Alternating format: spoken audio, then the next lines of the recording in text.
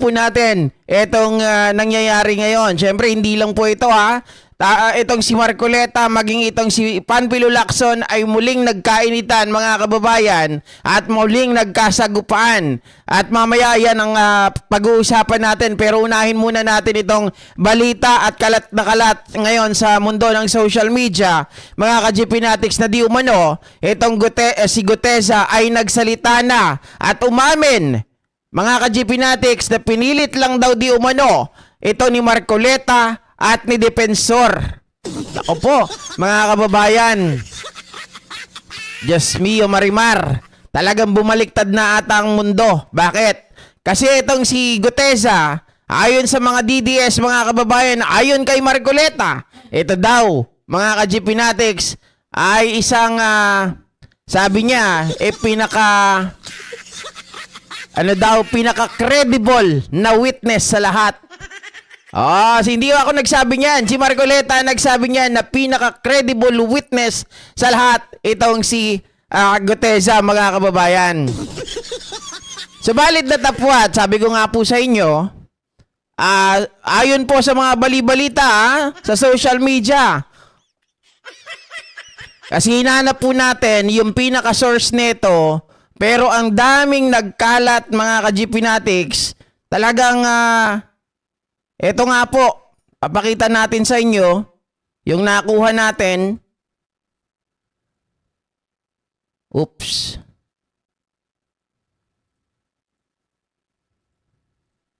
Ayan mga kababayan kuha po yan dito sa Kabayan Patrol. Sabi dito, Orly Gutesa break silence. Pinilit lang ako ni Depensor at Marcoleta, mga kababayan. Sabi pa rito, Gutesa admitted that he was forced to sign a fake affidavit against Speaker Romualdez out of fear and pressure. Tapos tiningnan pa natin, mga ka-GPnatics, yung iba pa po na post hinggil po sa bagay na yan, ay marami pa po tayong nakita. Sabi ko nga po sa inyo, kalat na kalat ito sa social media, mga ka-GP. Ito, tingnan po natin ang iba pa na balita hinggil sa bagay na yan.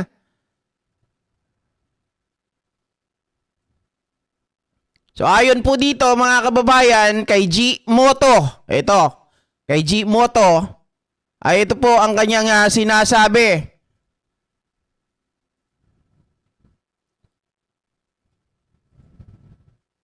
Oops, medyo mabagal. Ayan, mga kababayan. Nakalagay po dito sa kanyang post, mga ka-GP. Ganon din. Ito ay post 15 hours ago. Viral ito. Matindi ito, mga kababayan. Ayon dito, pinirmahan ko yung affidavit dahil takot. Dahil sa takot, pinilit lang ako ni Depensor at Marcoleta.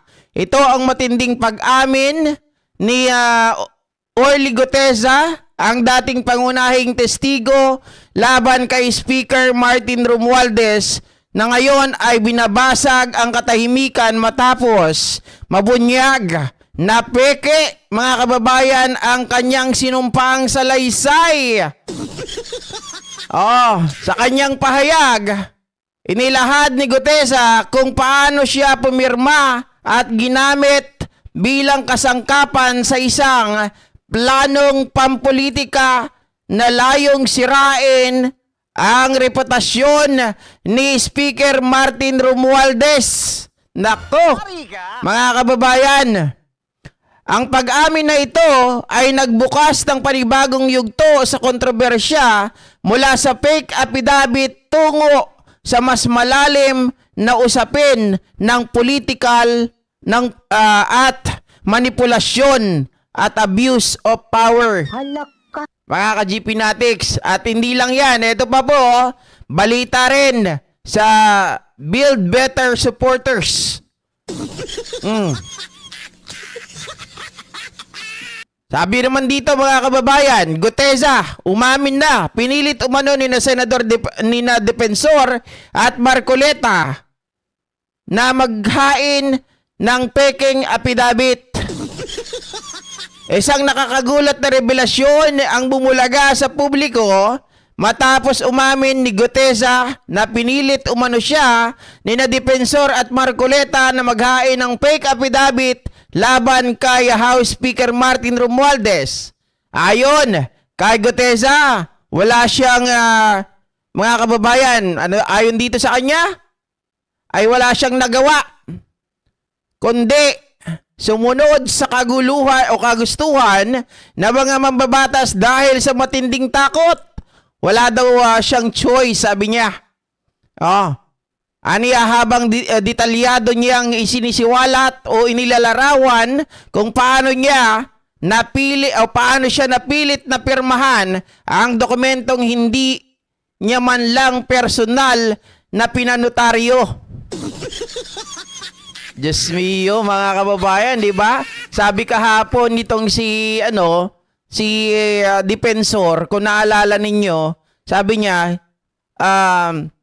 nandun daw siya sa harapan habang mga kababayan gumagawa daw ng notaryo etong si Gutesa, di ba? And he was the one who advised Gutesa para maging part daw siya ng WPP. Sabi ni Mike Depensor, ilagay mo dyan sa affidavit mo na ikaw ay gusto na masali sa Witness Protection Program. Diba? Sabi pa rito, mga kababayan, dagdag pa daw di umano ni Gutesa, hindi siya ang mismong gumawa ng affidavit, kundi pinagawa lamang ito sa kanya ng mga tao sa kampo ni na Depensor at Marcoleta. Halaka. Pinagawa lang sa akin. Pinirma ko dahil sa takot, sabi niya, na halatang emosyonal habang inaalala ang pangyayari. Inamin din niya na hindi niya lubos na nauunawaan ang nilalaman ng affidavit dahil minadali umano ang proseso at may kasamang pananakot upang makuha ang kanyang pirma. Kung naalala natin, dun sa mga kababayan, di ba sa Senado, nung siya po ay nagbabasa ng kanyang affidavit daw di umano, ay biglang sabi niyang ganon, ni Marcoleta, dahan-dahan lang. Mr. Gutesa, huwag kang magmadali. Okay? Huwag kang magmadali. Basahin mo ulit yung paragraph 20. Kasi napuputol eh. Halaka. Mr. Chair, hindi ko alam na napuputol na pala yung binabasa ko. Di ba sabi niya ganon? Sa huli, mga kababayan, diretsahang sinabi daw di umano ni Gutesa na sina Depensor at Marcoleta ang nasa likod ng lahat. Si Depensor ang nagplano, si Marcoleta ang nagutos, ako lang ang ginamit. Aniya, ang naturang pahayag ay nagdulot ng malaking kontrobersya at muling nagbukas ng usapin hinggil sa integridad ng mga opisyal na sangkot. Marami ang nananawagan ngayon ng investigasyon upang malaman kung totoo nga bang may cover up sa likod ng nasabing peking affidavit. Ayan mga kababayan, yan yung mga kumakalat ngayon na balita sa social media ha. At sabi ko nga po sa inyo, nung paglabas ni Gutesa, asang-asa yung mga DDS, mga ka-GPnatics na sinasabi nila, ay nako, ito ang talagang most credible na witness laban kay Romualdez. Pero nung pinapatawag ng DOJ, mga kababayan, ano nangyari? Ayaw sumipot. Ayaw ma-cross-examine. Most credible yarn. Diba? GP, paano mo nalaman na totoo ito? Mga kababayan, ito lang para sabihin po natin, disclaimer lang. Disclaimer lang. Kasi wala ito sa mainstream media. Sa social media pa lang ito nagsisirculate. Okay? Pero mga kababayan, galing ito sa Kabayan Patrol. Di umano, ayon sa ibang mga nakita ko, mapanood ko ng mga vlogger, meron daw silang mga napanood na kaya lang hindi nila mahanap. Okay, hindi nila mahanap sa isang video na live streaming, mga ka-GPnatics. Kaya eto, nakuha nila yung pinaka-narrative nung sinabi nitong si Guteza. Alam naman natin ngayon kasi si Guteza ay halos hindi mahanap, mga kababayan, dahil di umano, ayon dito sa mga handler nila, uy, handler? Sinong handler? Sino pa ba ang handler nito? Kung ganito ang naratibo, syempre ang handler, mga kababayan, si Marcoleta at si Defensor. 'Di ba? Sila ang humahawak. Oh. Ngayon, mga kababayan, ano ang ano nito kung itong salaysay na ito ay totoo? 'Di ba? Nako, nawala na ng pag-asa na naman ang mga DDS. Dahil, mga kababayan, imbis na mapakulong nila, imbis na makasuhan nila, etong si dating Speaker Martin Romualdez, mukhang baliktad. Mukhang mayroong ibang dalawang abogado rin na makakasuhan at pwedeng makulong. 'Di ba? GP, sino yung pwedeng makulong na yan? Kayo naman, mga kababayan. Sino pa ba? 'Di ba? Meron pa bang iba? Yung nagtutulak, sino umahawak dito? Sino nagturo? Mga kababayan, kung ito ay nagsulat dahil sa pananakot. Alam nyo, may katanungan pa sa akin ang isang kababayan natin, GP. Paano si Guteza? Makakasuhan ba siya? Ganito lang, mga kababayan. Ayon sa batas, sa pagkakaalam ko sa pagkakaunawa at pagkakaintindi ko, at kung natatandaan mo, kung natatandaan ko ng tama, mga kababayan, if my memory serves me right, ang natatandaan ko, makukulong ka. Pero syempre, mga kababayan, halimbawa si Guteza makakasuhan din, makukulong, pero mapapawalang sala din kalaunan. Bakit? Nakakawalang ano naman yan, parang nakakadismaya naman. Hindi kasi ganito. Papaliwanag ko sa inyo mga kababayan. Ang isang tao, sabi ko nga sa inyo, 'di ba? Ang isang tao, sinasabi ng batas, mga kababayan, is innocent until proven otherwise, 'di ba? Kasi mga kababayan, maaring ang isang tao kung napatunayan na siya po ay pinilit, na siya po ay tinakot para gawin ang isang krimen, 'di ba? O ang isang paglabag sa batas, mga kababayan, yun ay i-reverse. Yun ay i-turn around ng korte. Okay? Mapapawalang sala yung tao. Sino ang magkakaroon ng kasalanan dito? Sino ang madidiin? Siyempre, yung mga handler. Sino yung mga taong nasa likod ni Guteza? Si Guteza ang mangyayari.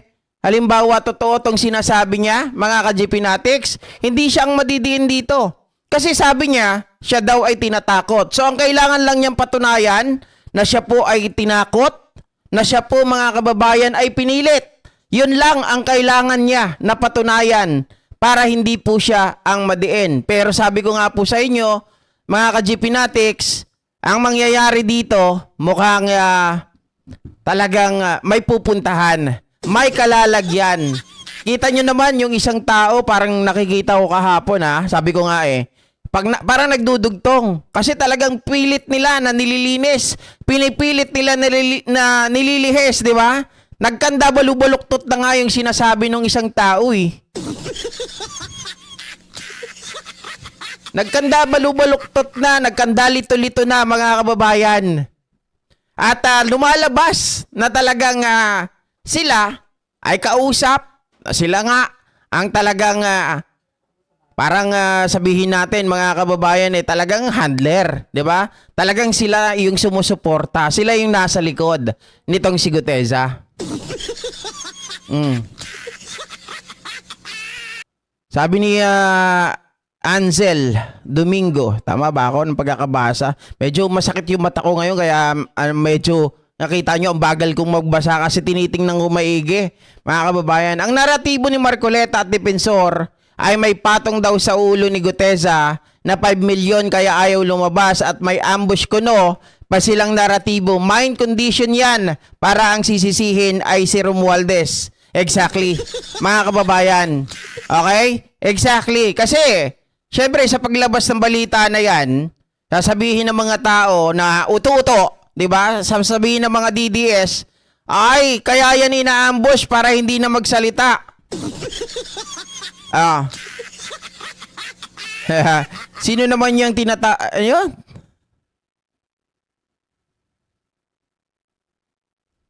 tiwawalang tiya mo.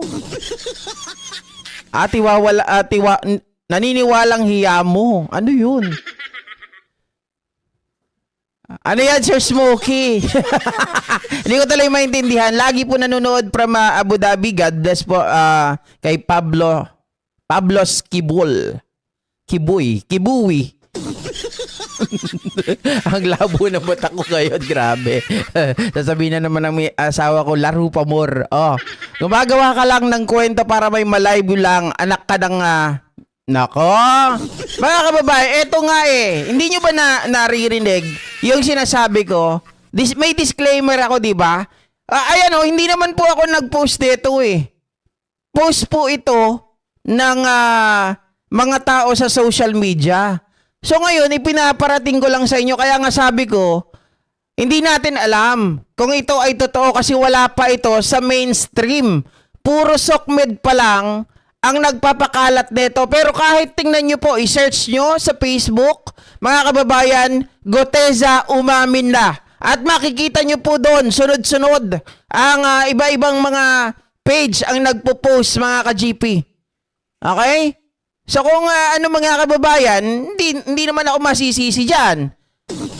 Dahil maliwanag na may disclaimer ako. At hindi ko sinabi na ito ay mga kababayan na established na facts na. Pero sabi ko nga, kung totoo ito, mukhang bumaliktad na ang mundo. Dahil imbes na madiin si dating Speaker Romualdez, mukhang ang madidiin dito, mga kababayan, yung mga DDS. Mukhang hindi lang si Marcoleta o si Defensor ang pwedeng madiin dito. Sino, mga kababayan? Baka merong tao na nasa likod pa nila na masasabi po natin, di ba? Na sila yung nagbibigay ng nagbibigay ng ayuda.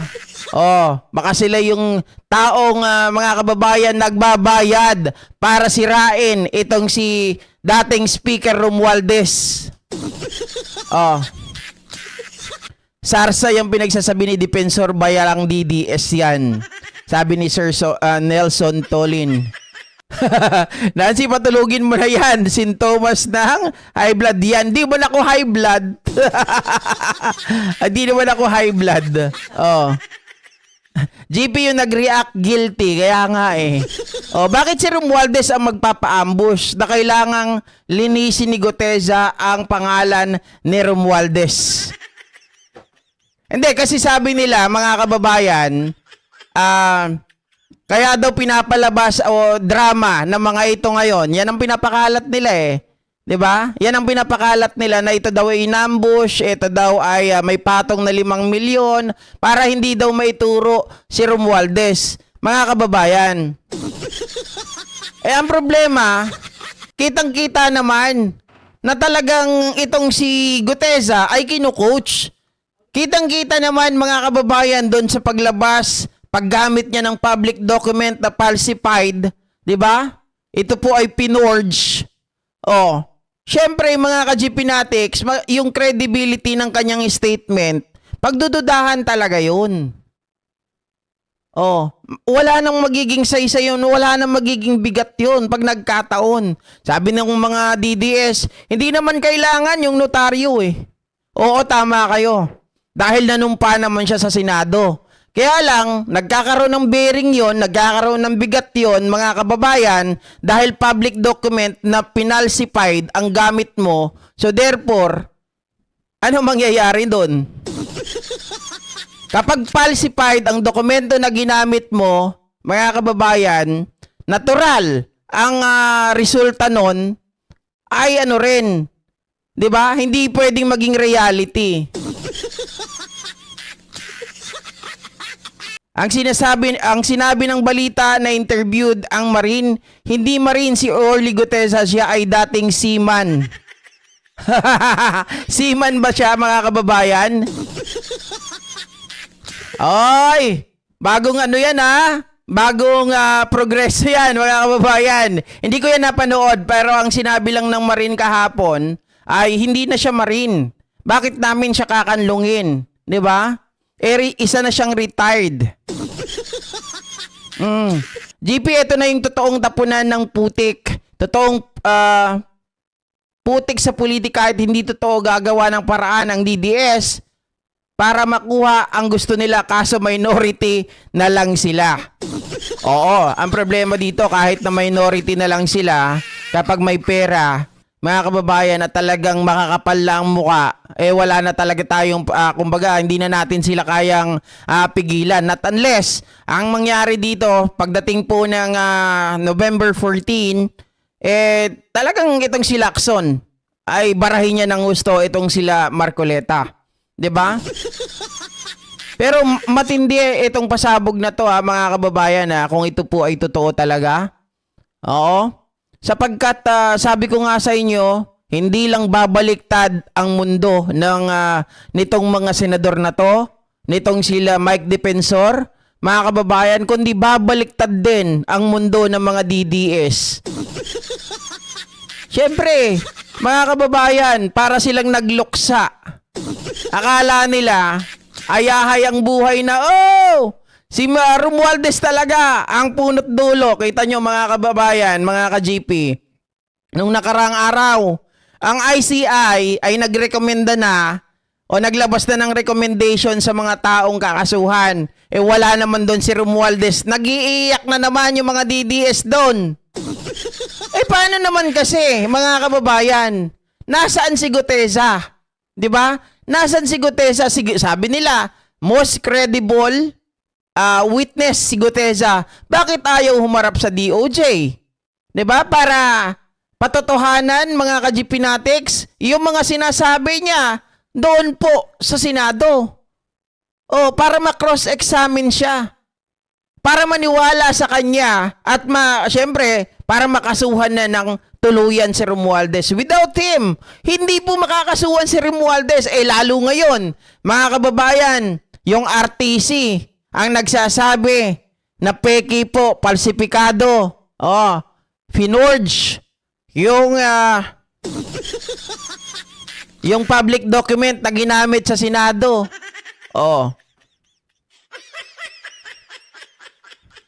Kaya malaki ang problema ni Defensor at si Marcoleta. Batang-bata pa, retired na, baka may ginawang katiwalian. Pwede. 'Di ba? May ginawa talagang katiwalian. Kung batang-bata pa, retired na kaagad. Yun ang hindi natin malaman, mga ka-GPnatics. Pero, kung makikita nyo yung record, lahat ng pinuntahan niya, puro DDS, Bantag, Sara, sino pa ba? Mga kababayan, yung mga niya, naging amo niya dati, 'di ba?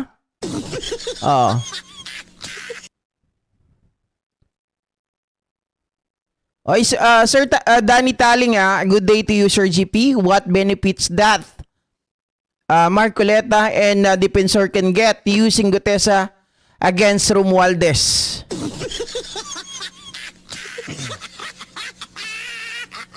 Simple lang. What benefit na makukuha ni Marcoleta at ni Defensor na gamitin itong si Gutesa? Mga kababayan, simple. Unang-una, mga kababayan, ito ay road to 2028 election. Siyempre, kapag halimbawa napakulong nila si Speaker Romualdez, okay? Bidang-bida sila. Malaki ang magiging epekto nito. It could be possible that Marcoleta will be, mga kababayan, ang maging katandem nitong si Sara Duterte na maging Vice President sa 2028. Yung Vice President slot na yan, napakadami po, mga kababayan, ng gustong humawak dyan. Etong si Magalong, sino-sino pa yung mga, si Robin Padilla, Chis Escudero, kadami po ng may gustong humawak dyan. So, kung sino, yung pinaka may malaking magagawa, okay? Pinaka may malaking magagawa, at sino yung pinaka magiging maingay na pangalan, for sure, yan ang magiging katandem ni Sara sa 2028 election. Yun ang benepisyo. Bukod syempre, mga kababayan, Sa tinatanong ninyo kung ano pang benepisyo ang pwedeng makuha ni Marcoleta at Defensor, mga ka-GPnatics, pera. Wala nang iba. Pera. Imposible naman na walang pera yan, walang pabuya. 'Di ba? Kahiyaan na to eh. Nakita nyo naman kung paano ipresenta ni Marcoleta, mga kababayan, itong si Guteza. 'Di ba? Walang papaalam kay Lacson yan. Basta na lang surprise witness. Oh. At ito pa ang matindi, mga kababayan. Oh.